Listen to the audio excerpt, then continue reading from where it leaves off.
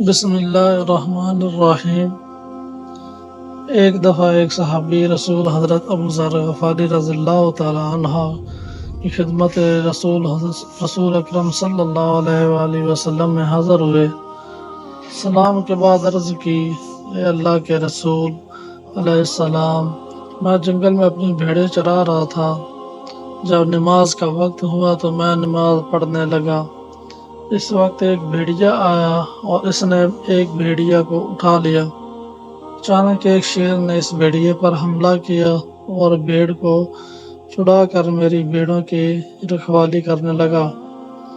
جب میں نماز سے فارغ ہوا تو شیر نے مجھ سے کہا، اے ابو ذر، ابھی جاؤ اور رسول خدا صلی اللہ علیہ وسلم کی زیارت کر آؤ، آپ کی بھیڑوں کی میں حفاظت کر رہا ہوں۔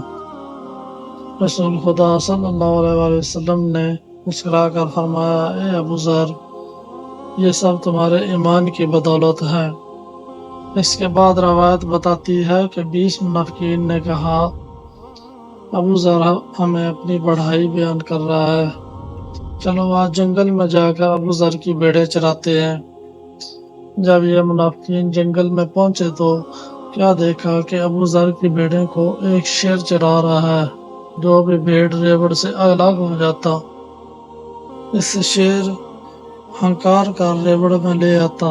منافقین کو دیکھ کر شیر بقدرت خدا ان سے مخاطب ہوا، اے گروہ منافقین، یہ تو ابو ذر کے ایمان اور معرفت کی بلندی ہے کہ میں اس کو چرا رہا ہوں۔